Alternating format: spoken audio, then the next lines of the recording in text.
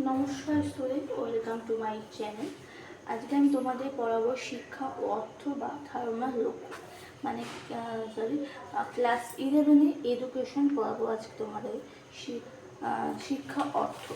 ঠিক আছে, তোমাদের আমি কিছু বলার আছে সেটাই তোমাদের আমি আজকে কথাটা বলে নিচ্ছি। আজকে আমি তোমাদের ক্লাস 11 আর 12 আমি তোমাদের সপ্তাহে 2 দিন করে এডুকেশন পড়াবো। ক্লাস 11 হচ্ছে সপ্তাহে 2 দিন, আর ক্লাস 12 সপ্তাহে 2 দিন এডুকেশন। তোমরা যারা যারা যদি অনলাইনে পড়তে চাও আমাকে প্লিজ কন্ট্যাক্ট করো,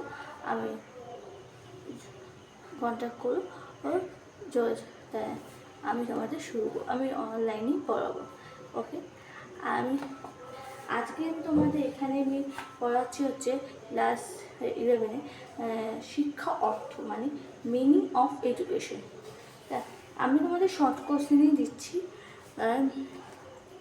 এমসিকিউ, কেন এখন তো শর্ট কোশ্চেন নেই, বেশি আসবে, তাই আমি তোমাদের শর্ট কোশ্চেন দিচ্ছি।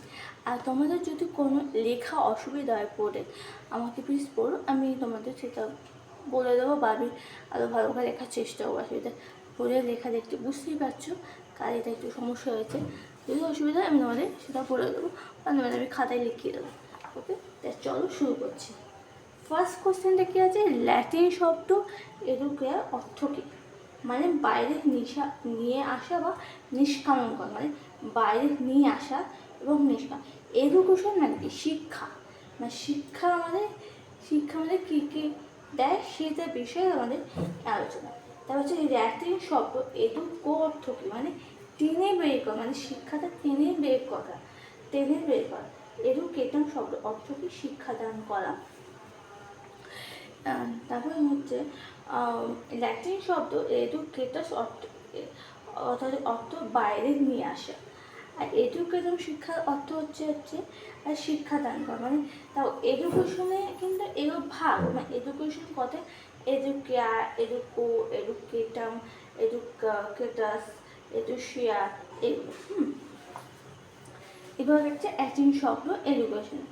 এগুলো আমাদের এমসিকিউ আমি দিচ্ছি। ল্যাটিন শব্দ এডুকেটাস কথা অর্থ কি? বাইরে নিয়ে আসা। এডুশিয়া অর্থ হচ্ছে আরোহণ পালন করা। এডুকেটাম আর এডুশিয়া, এডুকিয়া, এটা কোন ধরনের শব্দ? এটা হচ্ছে ল্যাটিন শব্দ। দেখো আমি তোমাদের লিখিয়ে দিচ্ছি, এডুকেটাম, এডুকিয়া ও শিয়ার অর্থ হচ্ছে ল্যাটিন শব্দ। শিক্ষা সংস্কৃত শব্দ সাজ ধাতু থেকে এসেছে, যা অর্থ হচ্ছে জ্ঞান আহরণ করা। ঠিক আছে, এডুকেশনের কথা অর্থ কি? ব্যক্তি অন্তর্নিহিত সত্তা পরিপূর্ণ বিকাশ। বিদ্যা কথাটি অর্থ কি? বিদ্যা কথা অর্থ হচ্ছে জ্ঞান। বিদ্যা হচ্ছে একটি জ্ঞান দেয়। তারপর হচ্ছে কি, বিদ্যা শব্দটি সংস্কৃতের বিদ ধাতু থেকে এসেছে। এই বিদ ধাতু অর্থ কি? জ্ঞান অর্জন করা, মানে বিদ ধাতু হচ্ছে জ্ঞান অর্জন করা।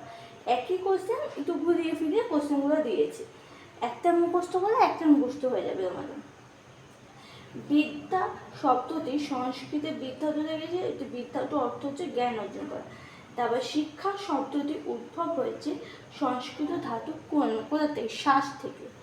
এবার দেখো এখানে একটা কোশ্চেন লিখেছে, বিবেকানন্দের মতে শিক্ষা কী? এটা খুব ইম্পর্টেন্ট কোশ্চেন।